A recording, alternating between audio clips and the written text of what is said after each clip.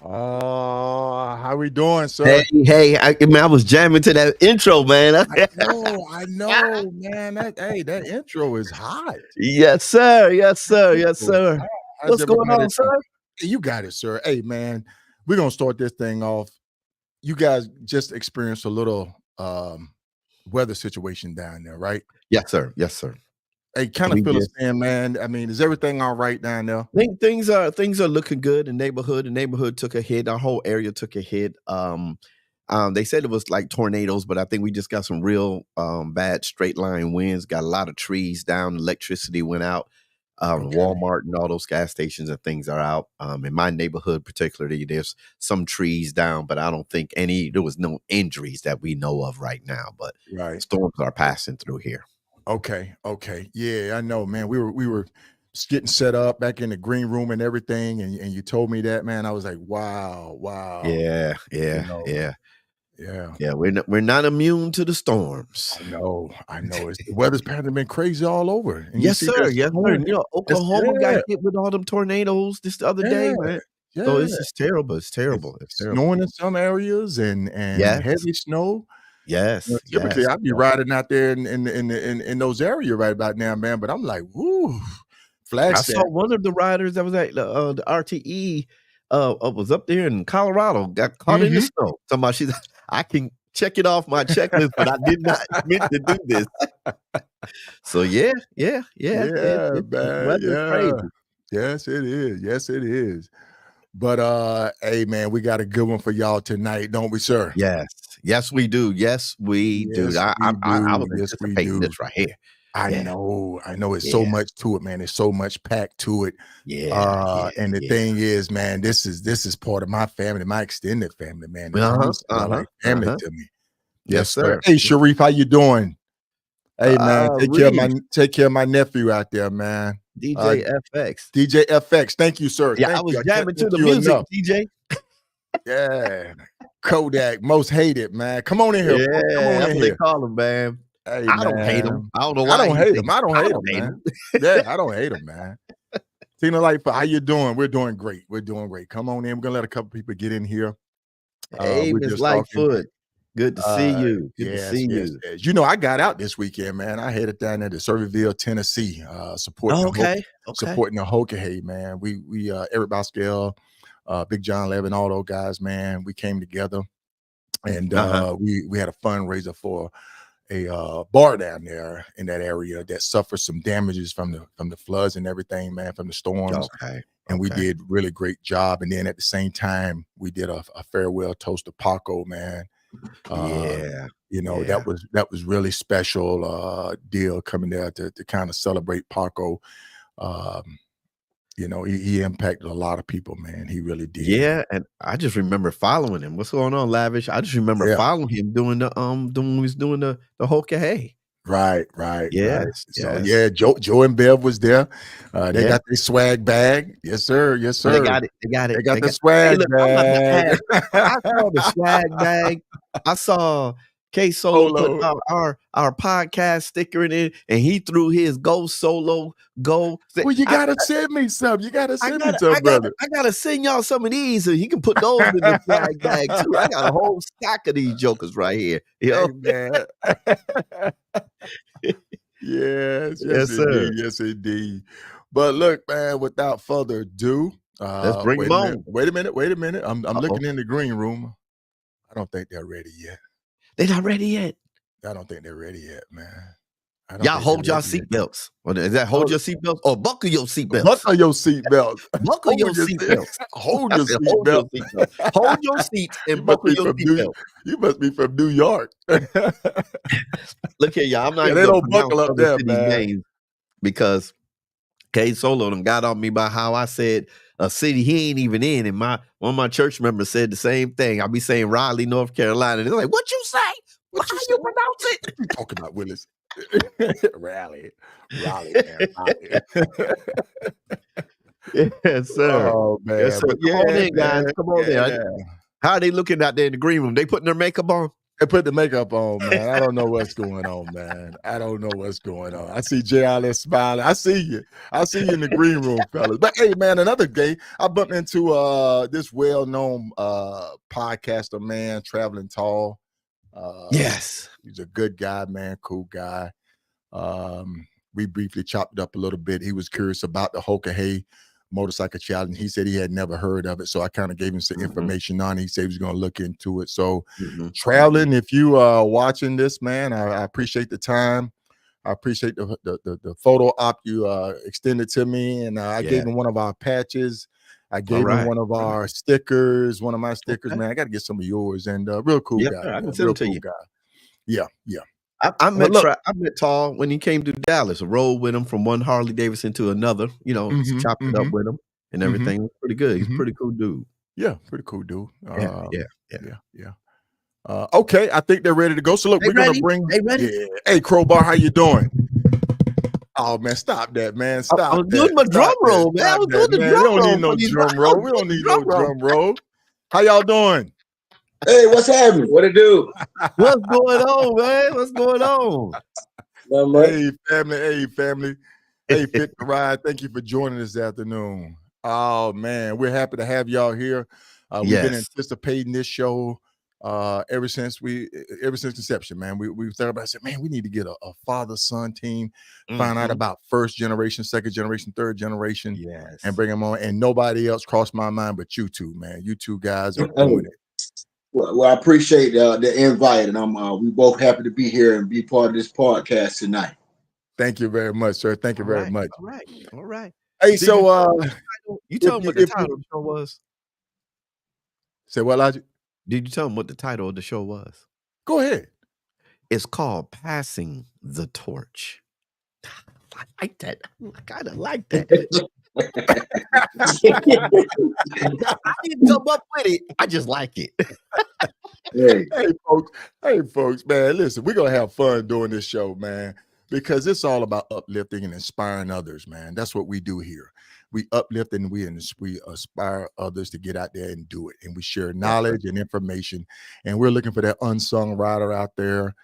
Might it be 1, 2, 3 family members, and we want to bring them on to kind of highlight them and give them their moment to shine and share their journeys with us. And that's what the Thomas is going to do tonight. So without further ado, looking at you two, well, we just lost them. But we're gonna get them back on. Don't worry. Hey, folks, it happens like that sometimes. This show is live. Technology, man. Technology, man. Yes. We're gonna get them back on. Dre, how you doing, sir? Dre. Right. Oh, Kodak said he need his shirt. We gotta do a raffle. You can get a shirt. Hey man, listen. For the first 10 episodes, get a shirt. This is the 10th episode. That's right. Everybody else, listen, man. My boss is on me, man. My boss is like, mister. Yeah. I know. I look. I bought 2 more big monitors, and I need 1, 2. I need 2 more, and they like, look. How many monitors do you need in there? There they go. Hey, how you doing? I can't stop with electronic stuff, man. It does what it wants to do sometimes. Okay. Look, we're gonna go ahead and get right on to it. Hey, look. So we're gonna hop right on to this thing, man. Left or right. Introduce yourself, see your first ticket, and go. Yes. Introduce yourself, sir. I'm Marvin Thomas, aka T. All right. And and T, you are affiliated with which organization? Viper Unit Motorcycle Club out of Albany, Georgia. Okay. Now, are you a founder of that organization by chance? One of the Yes, I am one of the founders of the organization. Okay. That's outstanding. And that's another thing that we're going to cover this episode is how now you've passed that torch. And JR, if you would go ahead and introduce yourself, sir. All right. Hey, my name is Marvin Thomas Jr., also known as Little T. I'm the vice president of Viper Unit Motorcycle Club here in Albany, Georgia. All right. Okay. The VP. All The right. VP. So Dad's still the president? No, not no more. Our president here, his name Outlaw. Okay. Good deal. And so now you're down in Albany, Georgia. Is that correct? Albany, yes, sir. Albany, Georgia. Okay. And that's what, south of Atlanta? South of Atlanta, better known as the Good Life City. The Good Life City. Okay. Good life. Okay. Good life. Right, living that good life. I'm trying to tell you, man. Hey, they got it going on down there in Georgia, man. I love it. Hey, yeah. Yes, sir. But gentlemen, what we want to do tonight is we want to highlight you too and basically tell your story. T, I know you are a second generation, correct, senior? That's correct. Second generation. I had some uncles in my family that rode, and it kind of inspired me as a little kid coming up, and I moved forward and been had a two-wheel passion ever since. Right. Where was that at? As far as statewide, growing up? Statewide, growing up, I'm from Macon, Georgia. Okay. So you right there in home turf right there. Yeah.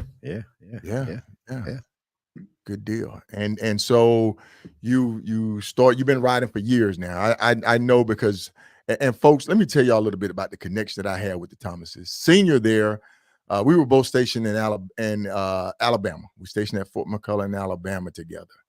And I had an old TL 1000.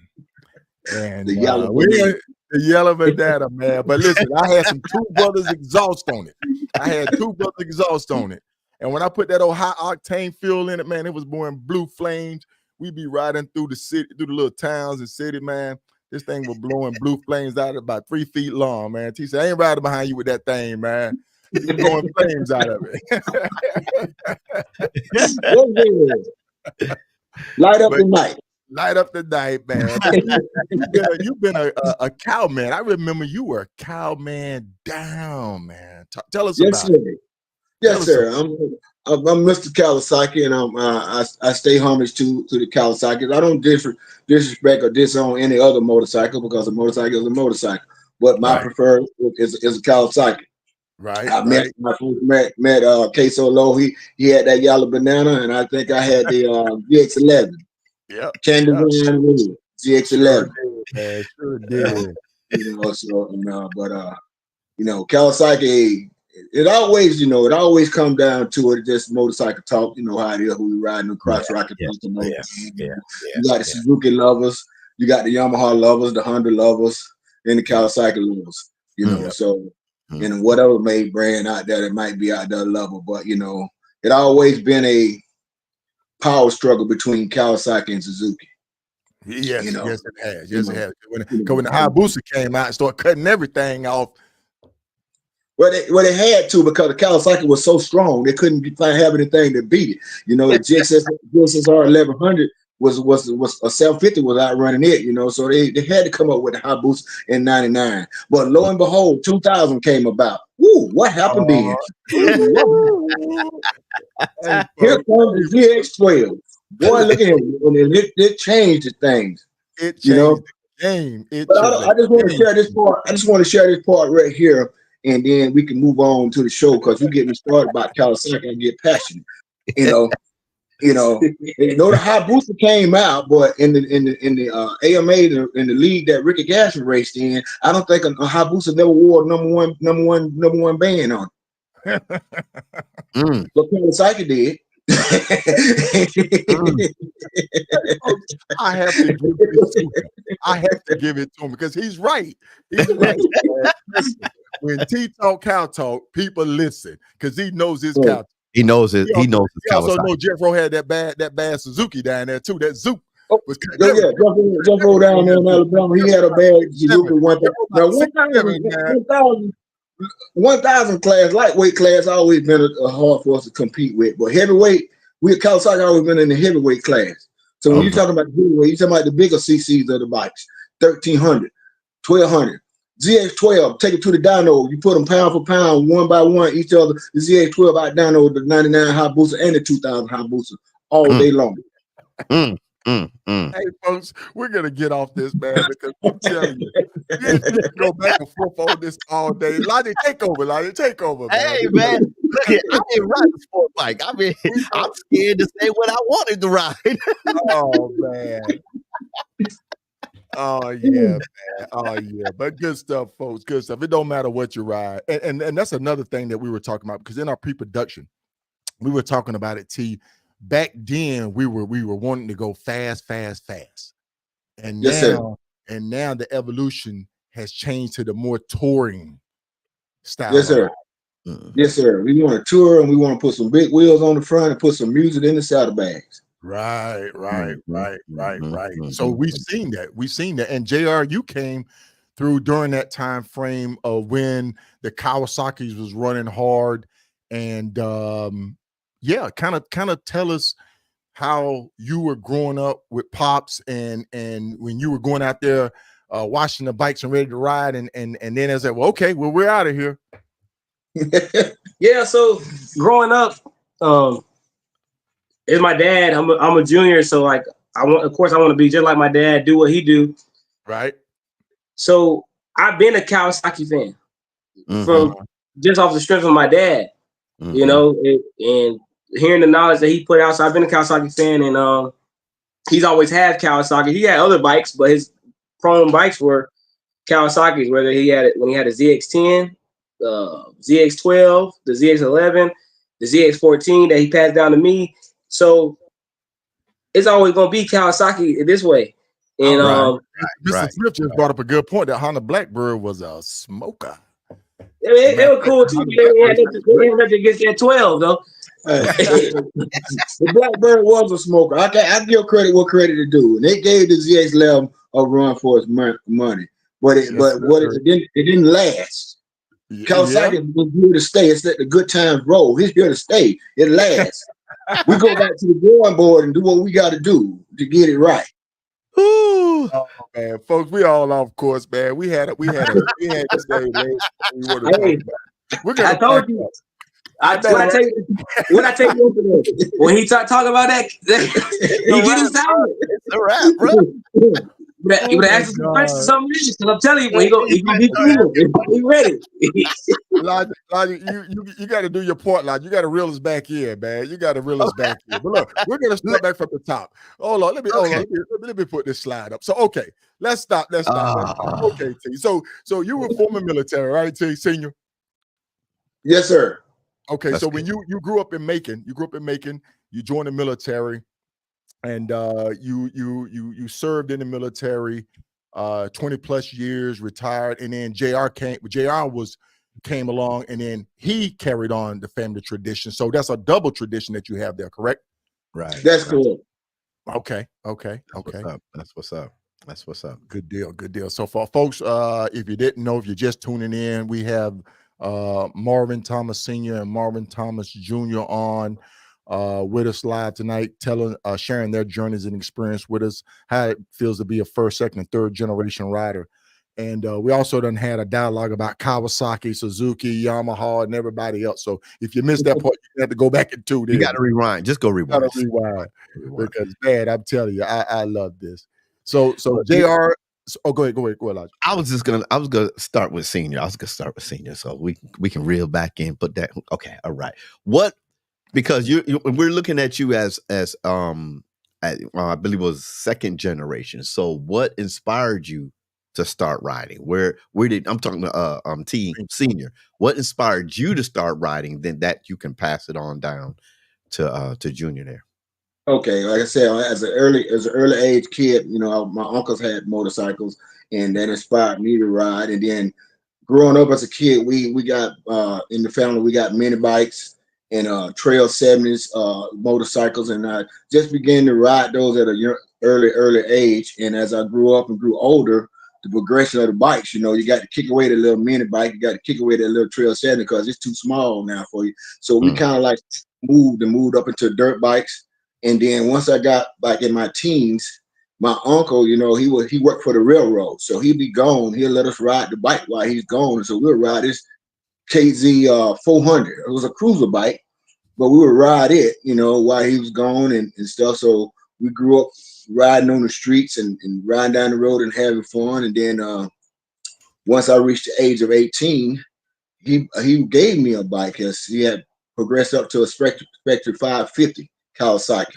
Okay. Once I said Kawasaki, so Kawasaki been in my bloodline for a long time. Right. It was a 550 Spectrum made by Kawasaki, and I actually took that bike to Germany, rode it up and down the Autobahn, and it would go back in those days. Speed on were kind of small on those cruiser type bikes. I think it might have had 100 on it, but rode that, and then I graduated from that until my first semi-cross rocket was a Kawasaki ZX10 and a Fort Touring ZX10. And from there, it just kept on. And every 3-4 years, I progressed into the next upward mobile fastest Kawasaki. I always wanted to have the fastest Kawasaki that was made. So the ZX11 came out, I got on it. ZX12 came out, I got on it. ZX14 came out, I got on it. If it would have came out with a ZX16, I would have got on it too. But so coming up through that, so somewhere around 98, Junior was born in 98 of January 2nd to be exact. I thought I was gonna have a New Year's baby, but they didn't want to do it on New Year's, so they did it the day after. And when he says day, folks, I just want to fill y'all in. Junior's a twin. Oh, did you know? I didn't say that last night. I didn't say that last night. I didn't. I ain't even talk. We were talking about motorcycles, and he got a twin sister. Yeah, Junior's a twin. And, I got 3 sisters, and one of them's a twin. Okay. That's what's up. I like that. Yep. Only boy. So, and actually, Junior might be. We said last night was like 3rd generation, but I think he might be 4th generation. And I say that because I have a sister that rides.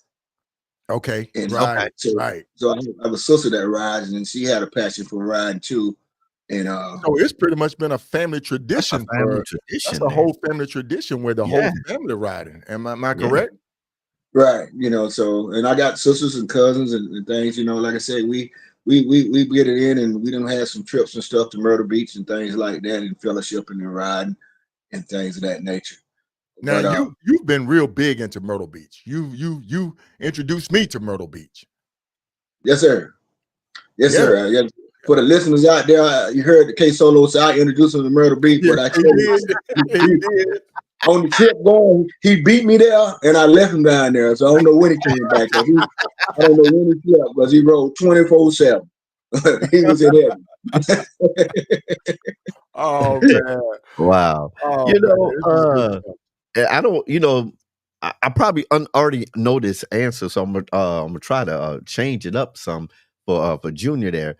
With Dad going through that long list of motorcycles, I don't have to really ask the question, what inspired you?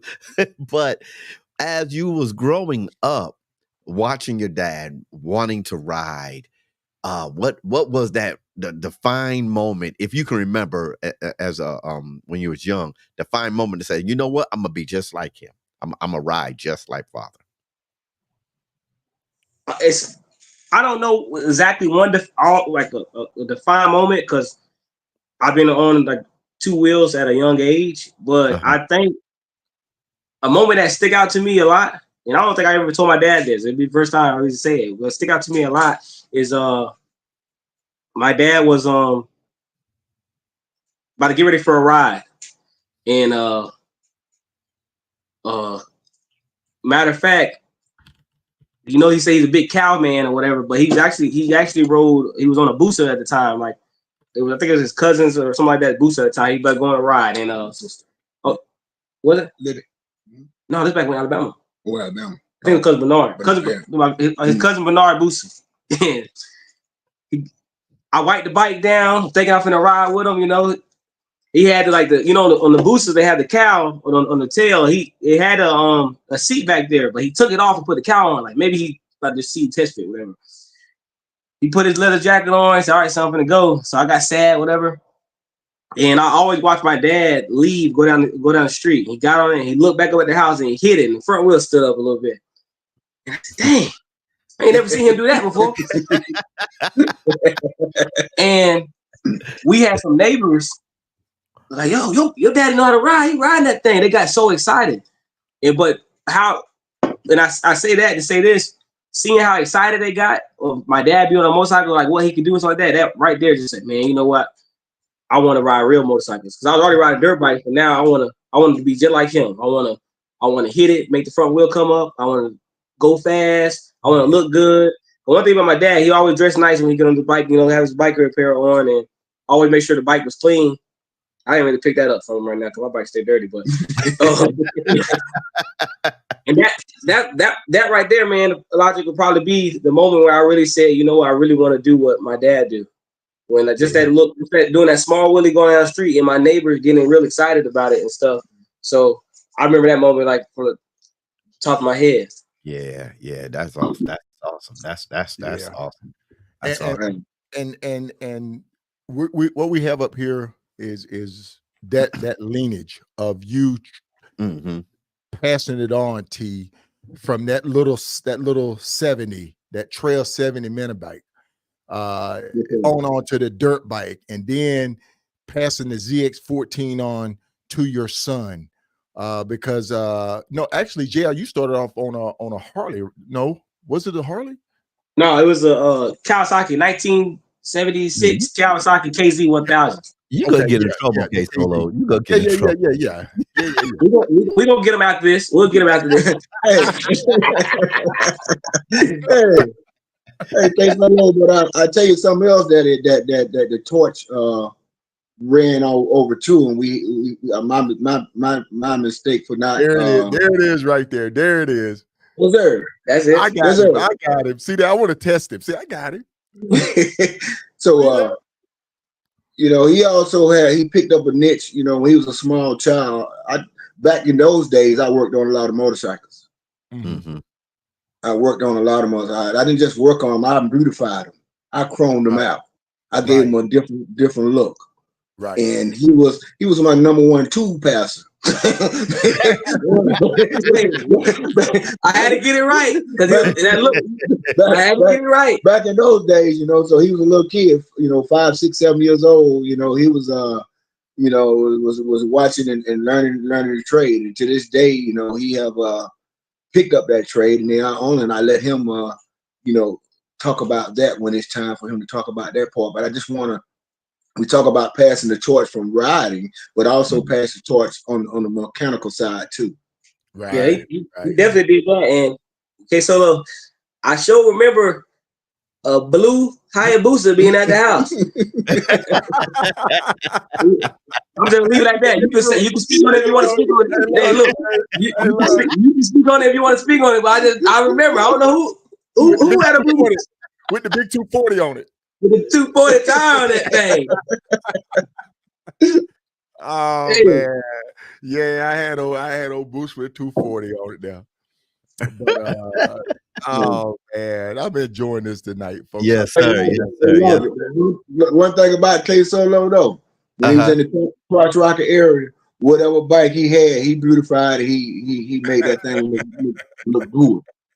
He waxed it down and washed it down. Yeah, he had R1 too that was pretty. Yeah, pretty. I'm still stuck on the yellow bike, but I ain't gonna talk about that. I'm thinking I found a picture of that yellow banana. That yellow banana. That TL1000 yellow. But see, people know about that TL1000 though, man. Yes, sir. That old V-twin. He's a rumble. But that's what got me interested in V-twins though, because that torque band on that thing was just so incredible. Yes, sir. We'd go up to Chi Hall Mountain, man. That thing would just keep pulling. It would just keep pulling. Yes, sir. Yeah. So we're gonna flow with it. It's definitely one of those things where Senior has talked about his family passing the torch on to him and his passion for it and how he got it, being that first, second generation, then passing that torch on to Junior. Now, Junior got that passion. Junior's talking about how when he would see the bikes in the front yard, how he became his dad tool man and how he had to get right. Because out of that, JR, you ended up going to school to be a certified technician. Am I correct? Yes, sir. Okay. Where'd you go? I went to MMI, Motorcycle Mechanics Institute in Orlando, Florida. Okay, and who did you meet down there? Did you meet somebody down there? Well, I met him after school, but I met T-Funk with Tyrone Cox down after I got a job working down in Sarasota. I know, man. I'm trying to bring it out of you, but yeah, T-Funk, man, great guy. Love him to death. My brother, man, down there in Florida. He's always reached out to us. And he's always inspiring me, man. He's always inspiring me. And to be truth and honest, man, he's giving me one of my most inspirational pieces of apparel. That's all I'm going to say about that. But I thank him. You know, he says something that actually transcends from our last show. He said he went to school to become a mechanic. Mm-hmm. I don't know if did y'all see the last show when our last guest said everybody should understand the difference between a technician and a mechanic. and he says a lot of people in there are technicians, but when you get a mechanic, and that was, you know, there's mechanics in this family right here. So I like that. When you said that, I was like, I remembered that, you know. Yeah. Wait a minute. Hold on. Wait a minute, man. What in the world we got here? Look at here, folks. Who done snuck in here? Look at who done snuck in here, man. How did you get the link, man? How'd you get the link? Most hated. Ladies and gentlemen, boys and girls, this your man Kodak, the most hated. Coming to you live in the Cigar Rides. I got to jump on real quick and talk to you about these two gentlemen. Go ahead, bro. I met Junior. I met Junior down here at Fort Bragg, North Carolina, and we took a liking to each other because he's a paratrooper, and you know, jump masters and paratroopers go hand in hand. All the way. Then I found out that he rode motorcycles, and I believe he was the president of the Fayetteville chapter of the biker unit. So we had a lot in common right off the rip rap. So we started riding. Say it again. I was telling them Kodak really first met me when I worked at Cycle Gear, and I had to fix his cardo and his helmet. Oh yeah, that I got that same cardo on a helmet right now.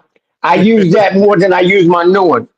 But me and Junior started riding around, hanging out together in Fayetteville, and we became close because he liked riding and I liked riding. He liked talking shit, so all is well. Yeah. One day, my wife and I was coming from one of her birthday rides, and she had a flat tire.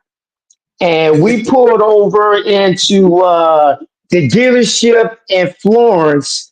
That dealership was called Black Jack or Black Cat, whatever it is. That's when he introduced me to his dad, and me and his dad hit it off because we had so much in common. We was never stationed at the same time, but we was always in the same place, following each other. I was at Fort McCullough, he was at Fort McCullough.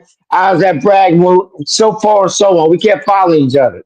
So immediately we became friends. I got his phone number and we started chopping it up.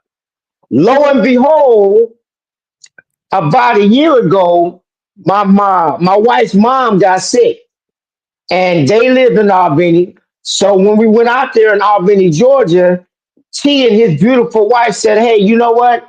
You guys gonna be out here for a while because she was getting to the sick where we had to come out there to Albany back and forth, back and forth, back and forth.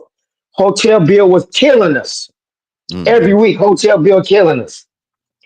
He and his beautiful wife said, I tell you what, I got a trailer in the back. I got a motorhome in the back. You guys can stay back there free of charge as long as you want to. That happened at the best time in my life because my wife was at the lowest of the low. Even though we had family in Albany, she wanted to be by herself. Yeah. So whenever we took care of the business, I brought her back in the backyard, put her in a motorhome. I sat back in the back, smoked a cigar. He would come out every once in a while, check on me, make sure everything was good. We'd chop it up. and the rest is history. So you can't tell me nothing bad about them two individuals there, Marvin T and Lil T. And the last thing I'm gonna say is the best compliment I've had in a mighty long time is when Little Junior looked at me and said, "You know, you remind me of your dad. You remind me of my dad." I said, "Why is that?" I said, "'Cause you old and you act like my dad. You can't get no better than that." Because that's what I'm supposed to do. I'm supposed to be old and I'm supposed to remind you of your dad. You know That's what it is. That's right. That's right. Oh man. Hey, look, I'm ready to unplug you, man. How did you get in the green room anyway? Ladies and gentlemen, Kodak, aka Most Hated. If you're not Hey, on the chitlin, if you're not on the chitlin circuit, you better find out where it's at. Not the chitlin circuit. Y'all be good. Take care. All right. All right, All right, Kodak. Oh man. Did you see the look on T's face when he came in? Yeah, man. That's what I'm I wasn't expecting that. Y'all ain't tell us about that. Hey man, we do our homework. We do our homework. Yeah, man. If you tell us a story, we're gonna find out if it's the truth. We're gonna dig the story up. We gonna dig it. Hey man, you know, it's one of those things where Kodak said, you told him you reminded me of my dad. Now that's something special to say to an individual because you hold your dad in such high regards to even compare or even to sit there and say somebody reminds you of your father. Those are good trait, good characteristics. It says a lot about you too, JR. You know, so my hat off to you, man. Kodak, thank you for calling in and sharing that moment with us. Ladies and gentlemen, when we found out we were doing this show, we wanted to bring you a little bit something different. We want to just do something different. And this was one of the greatest things we probably could do, have someone come in and share a story about these two individuals, truly stand up, truly about their word, truly professional. And it's so much professional. T, you actually co-host a talk show. Am I correct? That talks about protocol and education in the culture. Am I correct? That's correct. Every Tuesday night, we co-host a show called Block Talk, and been co-hosting on that show over 10 years now. And we on every Tuesday at 8 Eastern time, 8 p.m. Eastern time, every Tuesday. And we talk about different protocols, different things in the MC community, as well as the social club. And, you know, and all over the country, we talk about truck clubs, car clubs, things of that nature, you know. So, and tomorrow night, we got an open mic. So listeners get a chance to bring their own topic or ask a question. And on the average, we have anywhere between 500 to 900 listeners on each Tuesday. That's right. That's right. That's right. And folks, that says a lot. Now, JR, I know you are now the vice president of Viper Unit, correct? Yes, that sir. Information, that knowledge, it was passed on to you. You pretty much got it hands-on. Am I correct? Oh, yeah. So I've actually attended one of your annual events. That was your annual. I think it was an annual event that y'all had down there, and it's very professional. Your members, everybody was very professional, man. And so my hat off, salute to you. It says a lot about an organization, about how they ran, about the leadership, about how the members engage visitors to their organization. And my hat off, man. And T, I'm gonna go back to your time in the culture. Now you've been the voice of the coalition for a while. You recently retired from that position. Am I correct? Yes, I retired from the coalition as well as being the president. I was the president of Viper Unit Motorcycle Club for approximately about 15 years. Just want to go back and recap something for Junior. Is that Junior, you know, just the way he said he was brought up and he came up as a child into the motorcycle and things of that nature. What I did as a parent, because I was a single parent for a long time and had custody of my kids, so I introduced them and brought them into the club and showed them about giving and giving back to the community and things of that nature. And the club also, during that time frame, we developed a junior Viper. Okay. So this is not his first rodeo as being in the club per se, because as a junior Viper, he was a leader. He was a president of the junior Vipers. And so they kind of like moved behind her in steps and did their own thing and giving and learning and structure about motorcycle clubbing and things of that nature at a young age. That is pretty impressive. Junior Viper. Yeah, it's still poisonous. I mean, yeah, like I said, with a lot of the club members had young kids. They all grown now, you know, but back then, 10, 15 years ago, you imagine 9, 10 years old, you know, they you know, so we're talking about in what 2007, 8, 9, that time frame, you know, Junior was about 9, 10 years old, and had other club members that had kids around about the same age, you know, so some of them grew up and now ride motorcycle. Matter of fact, one of the founders, Marvin Jones, his son, Marvin, he's a junior too. Okay. And also, him and Lil T. Oh, Marvin.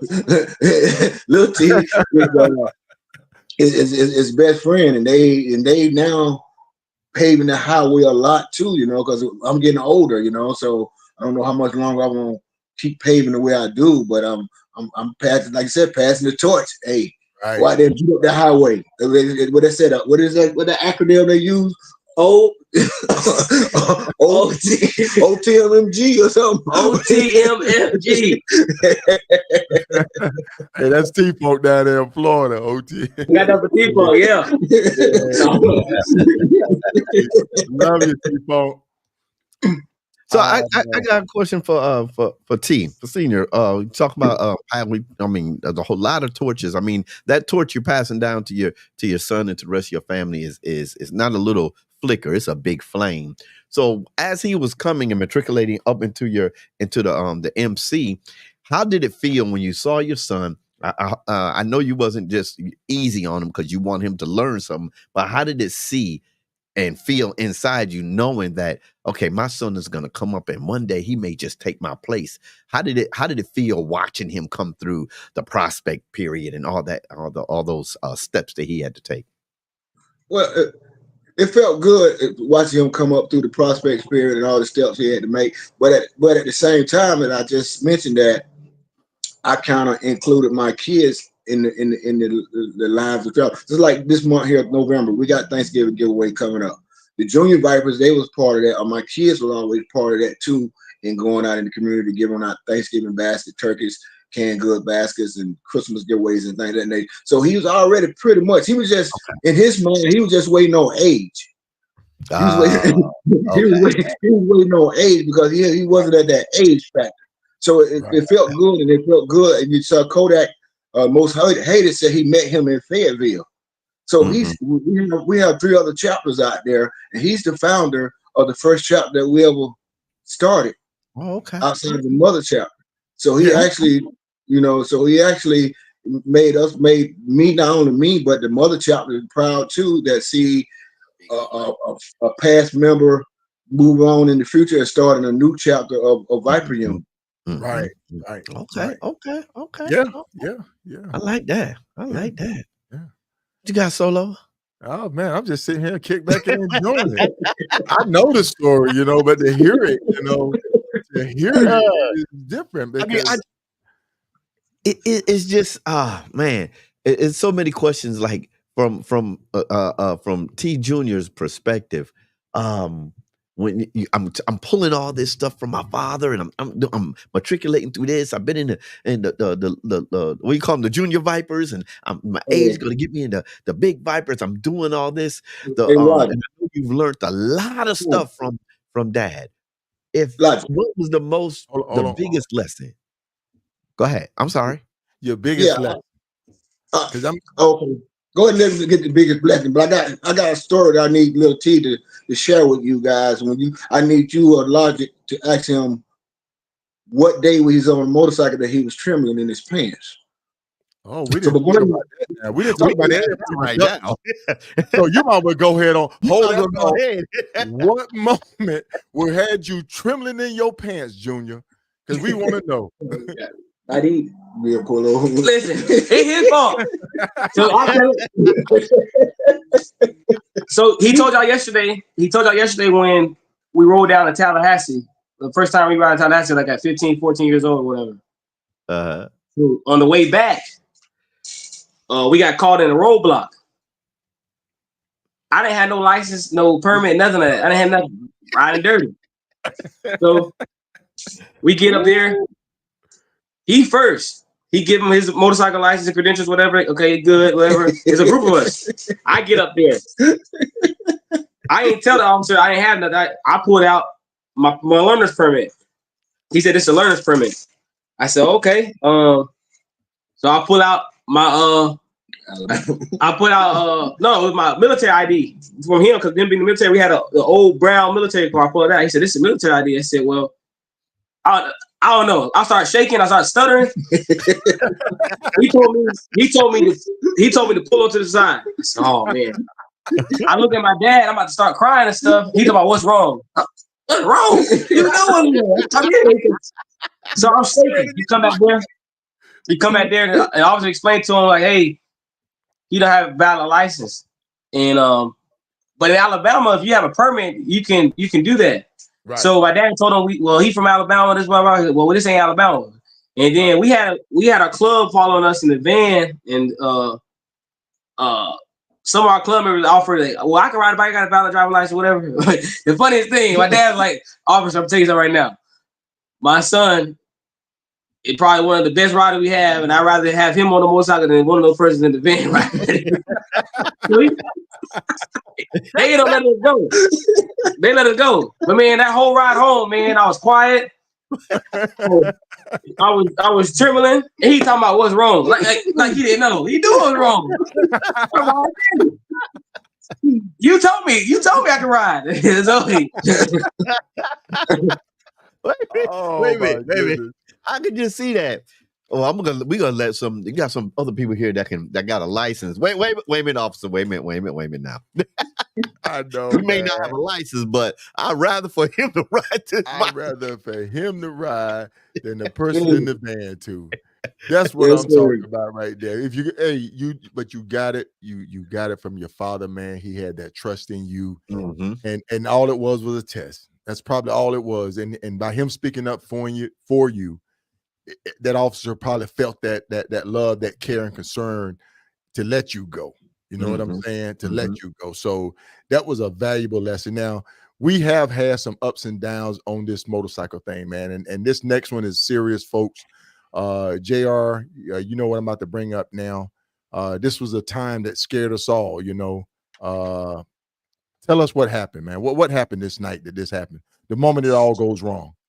I'm gonna fast forward to some. Now, hold that thought, because I have to do this first, because the way we got it, Senior got it first. So, Senior, lead us into what happened with this. Okay, that night, I think it was a Friday night. Friday night, and got a call from one of his fellow soldiers that was at Fort Bragg that had PCS the career, and so I didn't, call. We recognized the call. Then I finally got, "Yeah, this Sergeant, what's his Goldwire. Goldwire. He was my black hat instructor, my airborne instructor." So he said, I'm on this Life 360 and with Marvin, and his phone just pinged my phone saying he had a certain stop or something. That usually, he said, that usually means that either the phone dropped and he had a hard hit, or he might possibly have an accident. I said, "Oh my." So I immediately started trying to call Lil T, but I didn't get any answer on his phone. And so he then texted me exact location and everything. So that if you don't have 360, that's somebody suggested everybody might want to get if you ride a motorcycle, you know, that where it ping somebody in the event that you should have to have a crash and nobody there with you or something. But so I immediately, once I got the address and location where he was over on Meredith, I jumped in my truck, me and my wife, and we blazed on over there, you know, and got there to the scene. They had already loaded Lil T up in the ambulance, but it hadn't left yet. And but it was blue lights everywhere, like Christmas time over there. And I immediately ran, and my wife was with me too. And so the ambulance was finna get ready to pull off. So we stopped the ambulance from pulling off so we could at least go in the back there inside of the ambulance. And she went in and checked on him and said, "Hey, he's good. He's breathing. He's not hurt too bad, but he's in pain. He got a broken leg or something, and his face was bleeding from his face, So I had a little sign of relief right there, So, but I still had to get to the hospital there and put my eyes on him again and see what was going on. Yeah. I'm actually the one that took that picture that you got up right there. Okay. So I let little T take it from here, but I just thank the Lord, the good man is still upstairs, that he spared little T, because just getting there and looking at that and not putting eyes on him immediately, it wasn't a good feeling in my heart and in me. So, so he's a living testimony. And there's been other video clips and things of that. He had a passenger, and the passenger, went airborne, and in that video, you see she landing 30 feet away from the collision point. There was a sign. The signs on the street that says Meredith or Martin Luther King Drive or whatever, the signs on the street. Right. Lil T took that sign out. He making that sign up in all about 20 different shapes. Wow. And all muscles, man. So probably that picture you got on the right there where you see the white car, if you blow it up, you might see that sign bent all up like a Z. Wow. But he's a living testimony. Yes, he is. Right. Yes, he is. Yes, he is. JR, if you would, nephew, go ahead and kind of like, that moment that all goes wrong. I mean, we talked about it, but like you said, like Pop said, you're a living testimony to it. So, we definitely want to hear your perspective of what happened. Share that moment with us, because, to be a father, to have your father come there, for you to look up and see your father, eyes and say, Dad, I was doing everything right, or Dad, I didn't do something right, or Dad, this was a moment, share that with us. Honestly, leading up to the crash, a friend of mine I went to school with, never been on a motorcycle before. I hate this was her first experience being on a motorcycle, but things happen. Supposed to be a little innocent ride. She just wanted to go up and down the street, and that's what I did. I went up the street, came back, came to an intersection where the light was green. The car was in the turning lane on the oncoming traffic, and honestly, I don't know if the car was just looking at his phone, was looking at whatever, but all I remember is riding and about to cross through the intersection, and he just takes off. And I couldn't do anything because how close he was. Because if you look at it, I didn't T-bone the car on the passenger side and like that. It's like I almost hit the car head on. And it wasn't much room for reaction as far as to do anything. I couldn't really lay the bike down because how fast it happened. I couldn't go to the other side of the car because there was oncoming traffic. I couldn't go to the right because there's a curb and Taco Bell there. I didn't have many options. And I remember just holding on. I see the car coming. I tried to lean it as hard as I could. And honestly, if I could have leaned it a little bit more, I probably could have missed it. Because like I said, if you look at the picture there, I hit the front of the car. Right. It saved us from hitting directly T-bone to the car, And I wasn't speeding. A lot of people know me for speeding or doing wheelies and stuff like that, but I wasn't speeding because Life 360 tracked my tracked my speed. I think the highest rate of speed that night I got up to was 47 miles an hour. Speed limit is 45. Right. And that just happens that's the name of the game. You ride and that there's a chance of you possibly wrecking and stuff like that. But I didn't think no one does. I didn't think that would happen to me. That night was just a normal night. I was with my dad earlier. I went back to my part-time job, got off, went to hang out with some friends, like a normal night. Right. And it just a split second it changed. And honestly, when I woke up, I didn't know where I was at. I didn't know I don't remember being in the ambulance. I don't remember riding the ambulance. I do remember waking up in the hospital triage room or whatever, and I'm in so much pain, and I don't know where I'm at. I got this neck brace on, and I don't know where I'm at, and I hear doctors scrambling around, making I hear things, and something tell me open my eyes, I opened my eyes. My dad just sitting there. He's just grinning like this. You all right? You all right? Yes, that's that father-son love right there. That's encouragement right there. But I was really happy to see my dad because I remember asking where my dad was. Someone I got to tell my dad because first thing something happened, I got to call my dad, no matter what it is. And I remember just seeing him right there, just reassured me that I was going to be all right. It was painful, but I was going to be okay. Right. Well, I can say that even me, I know Ksolo, y'all are family, and me just meeting y'all just now, I bless God that Logic. You're having audio difficulties. Your audio is cracking pretty bad there, sir. Is it? Yes. Okay. I don't know. Is that any better? No. That's not better? No, that's not better. Go ahead. Yeah, go ahead. Go ahead. Okay, gotcha. So what we want to do now is, folks, is just kind of catch everybody up on what we're looking at right now. Junior JR had an accident. Now, not to his fault, not to his on his behalf, but it's one of those unfortunate things. And what I want to just address is T Senior, that moment, that feeling when you arrived on scene and you laid eyes on your son, and you heard the paramedic, you heard the ambulance driver say he's going to be okay, but he's in pain.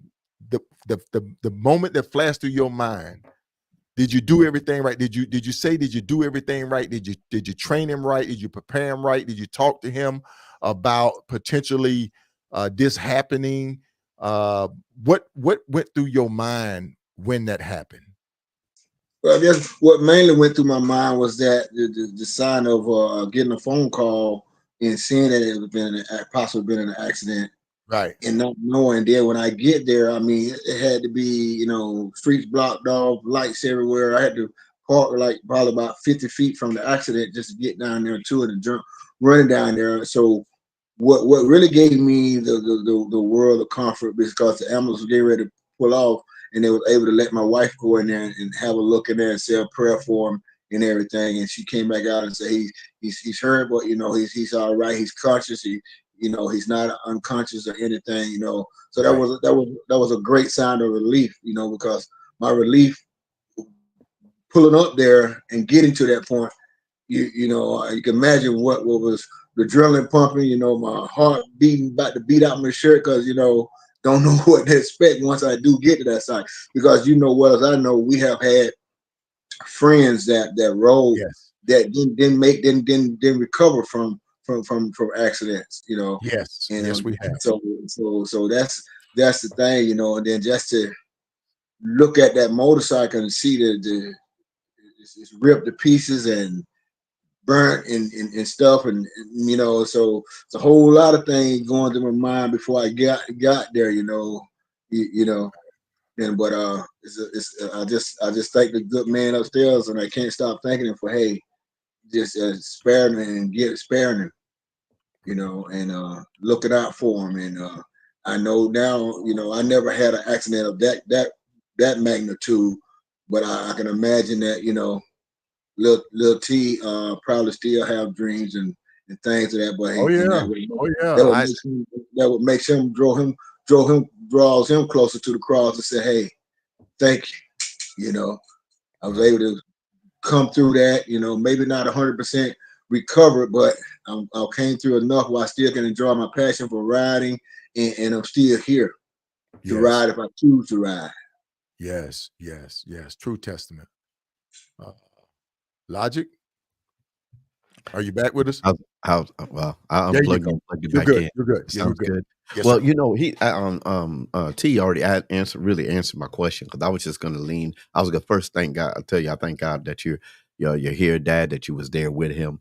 And my question was that you already answered. How does faith bring you closer, not only together, but bring you closer? How does it play in your your biking, your in your MC and riding. And you've already answered that, but I just wanted to say what the question was. You know, you said look, we just thank God that you were there and that God restored him back to this this level so that he can ride again. So that's what I was going to say or ask.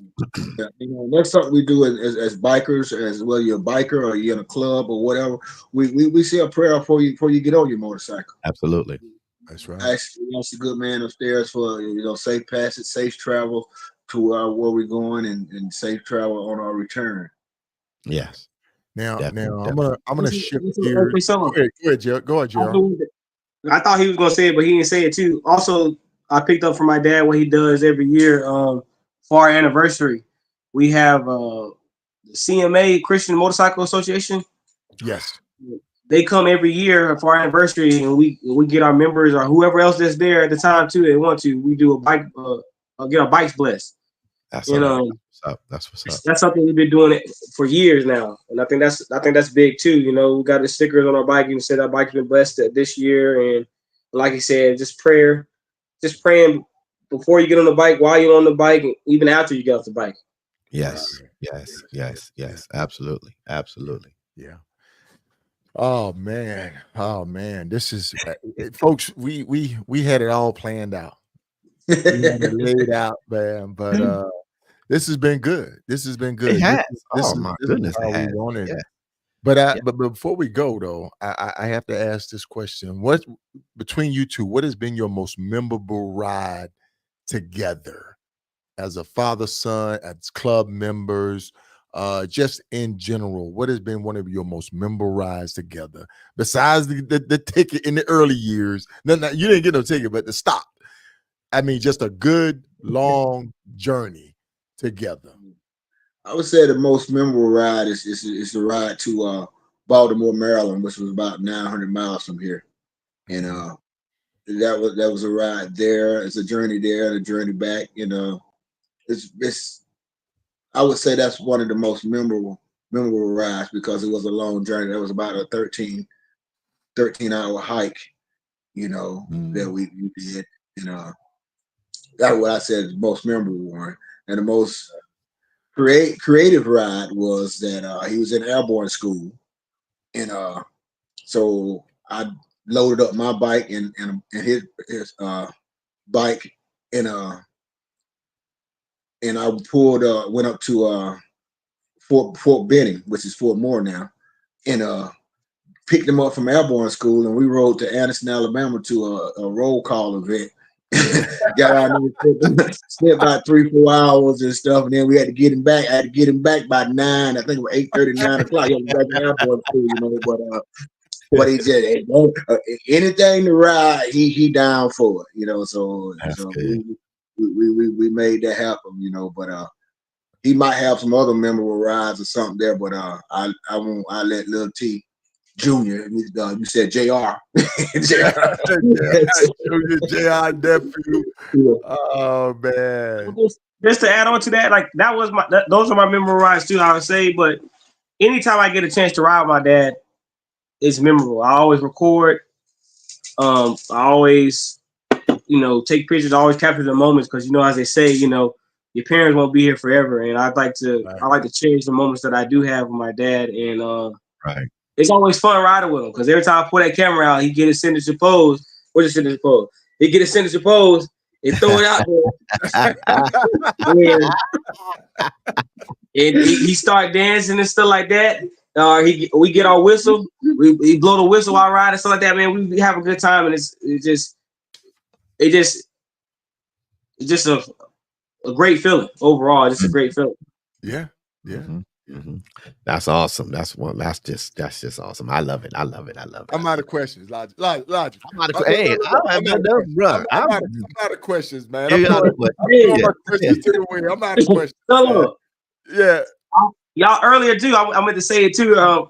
You say you met Traveling Tall. Yes. So I met Traveling Tall on numerous occasions. The first time he came into Cycle Gear in Fayetteville, I think he got family in Fayetteville. He came to Cycle Gear, met him there, and then his hometown where he lives in Knoxville, Tennessee, I had to go open up a JP Cycles when I worked for Cycle Gear. We opened up a JP Cycles in Pigeon Forge, and he came up there and we chopped it up then. And I actually know Traveling Tall as well too. Okay. Yeah. Nice. That's cool. Nice. Yeah. He was. Yeah, man. I already he was a good closed guy, my man. my He was. document. He didn't know. Say again, Logic. No, you talking about you out of questions. I said I already Say closed again? my document down. Oh, I know, man. I know. We were all off script tonight.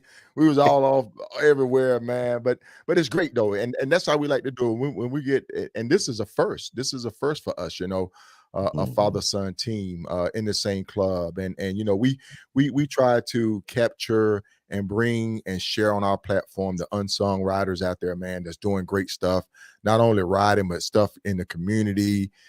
Staying with the cultural, the tradition of motorcycle riding, you know, just like we had Mr. Rufus on.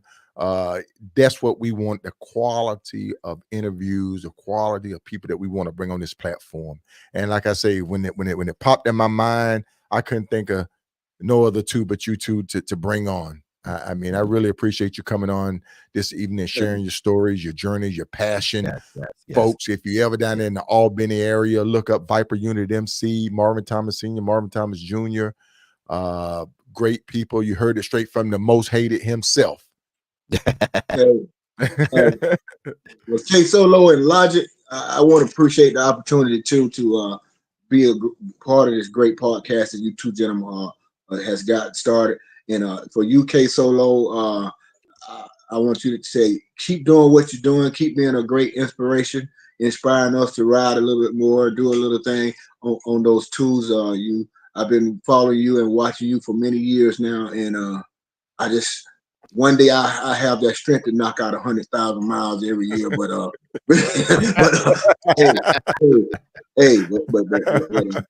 keep doing it, you know. And it's an awesome journey. And you put out some awesome things out there. You're doing a lot of awesome things out there too. And this is just one of them to add to your riding experience and to you both and Logic, you know, great things. And I see this moving on and becoming greater and greater as you continue to do this. Yeah. So don't stop it now. Stop it now. So that means you got to keep it on going now. Keep it going. Keep it going.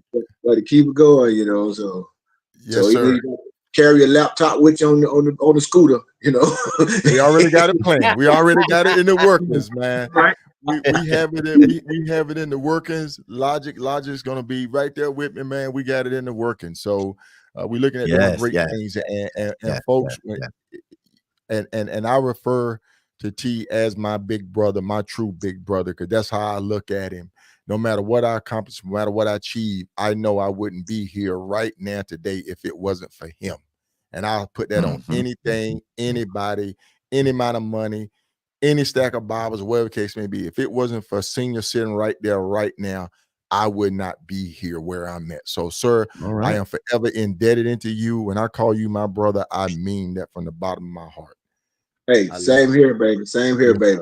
Yes, sir. Yes, sir. JR. I just want to say thank y'all too for having me on. It's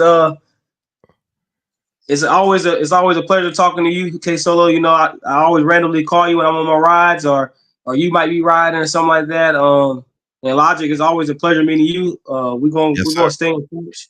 Also, one last thing I didn't share. Being like my dad said, he worked on bikes. I actually started my own motorcycle shop here too. I have a motorcycle shop here in Albany, Georgia, where I work on motorcycles and stuff like that. So it's a lot of things that I picked up and I kept moving forward. And gentlemen, just keep doing what you guys are doing, keep riding. And then for the viewers, when y'all see Ksolo, ask him what a trophy means, because Ksolo's a trophy.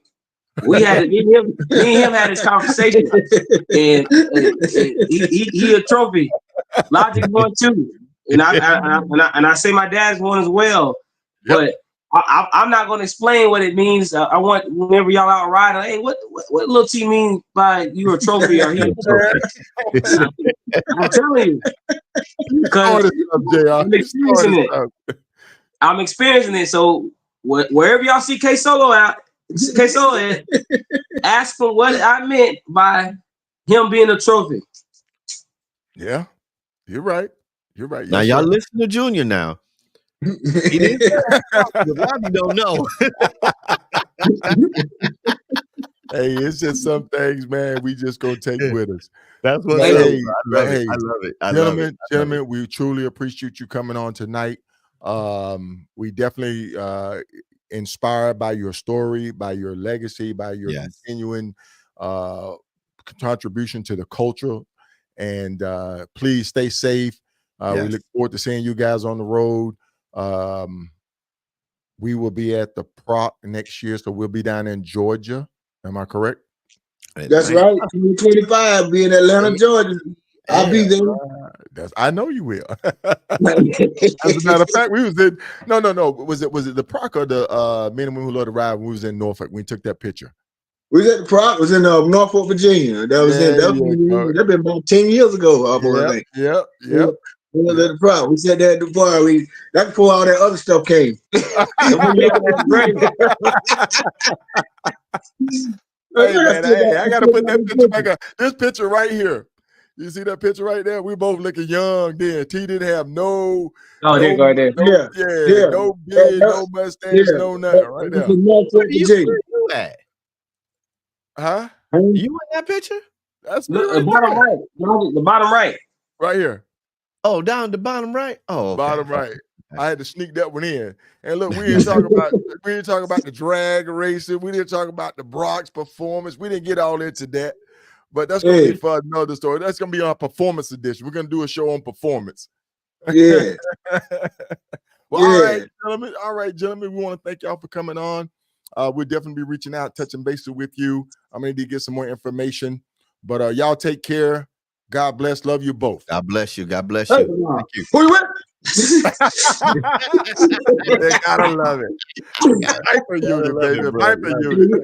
Hey, you know what it is? I already know. All right. One last comment. We'll be celebrating our 18th year anniversary. Second weekend in March. 18th anniversary. Flyers already out there. Everybody's welcome. All right. I love it. Everybody welcome. Ksolo my college. I might even be there. Appreciate it. So hot. All right, y'all take care. All right, take care. Sir. Yes, sir. How you doing? I'm doing great, man. And you talking about going off script. You talking about we still had a great time. We still had a great time. Yes, we did. Yes, we did. Yes, they did a lot of talking, and that's great. They explained who they were and what it meant to, especially Junior, what it meant to look up to his father, man. I love that. I love that, man. I love that. And that's what I wanted to capture that moment, man, because, some people, first generation, second generation, third generation, people don't hear about it. People don't talk about it. You know what I'm saying? Right. Songwriters out there, man. And that's what it's all about. We did a great job tonight. We did a great thing for the culture tonight. You know that? Yes, sir. Because I know there's a lot of people out there. That's right. Let's take a couple of questions. Anybody got any questions? Pop a question in there right quick before we get off. We got about 2 or 3 more minutes. Anybody got? Did we skip any questions? We didn't have any questions. Once again, it's men's mental health month. Mental health month. Mental health month. Men's wellness. I put mental health on my page. Oh. Yeah, I had to post say men's mental health awareness month. That's right, man. Take care of yourself. Yes, sir. We got to. We have to. Protect yourself. Take care of yourself. Go get checked up, man. With all this long distance riding thing we're doing, and I keep saying thing, and every time I say long distance riding thing, I always think of M1. Because when I interviewed M1, M1 said, this riding thing of solo, and he kind of looked at me like, you're right. It's not a thing. But it's a lifestyle. Right. That's what it is. It's a lifestyle. This long distance riding lifestyle that we partake in. Yes, sir. That we are part of. Yes, sir. There are certain factors that come with it, and I know Sarge is going to be doing a talk with Nurse Tiffany on his show. Okay. And tune in, folks. Tune in to Sarge's show, Iron Elite podcast. They're going to have some talk about some men's health and females too. And and kind of prepare yourself and look out for yourself, because we all want to be here for a long time. Yes, We want to sir. be here for Yes, a long sir. time. Yes, sir. Yes, sir. Absolutely. Like for a question, you want to take that question? What was it?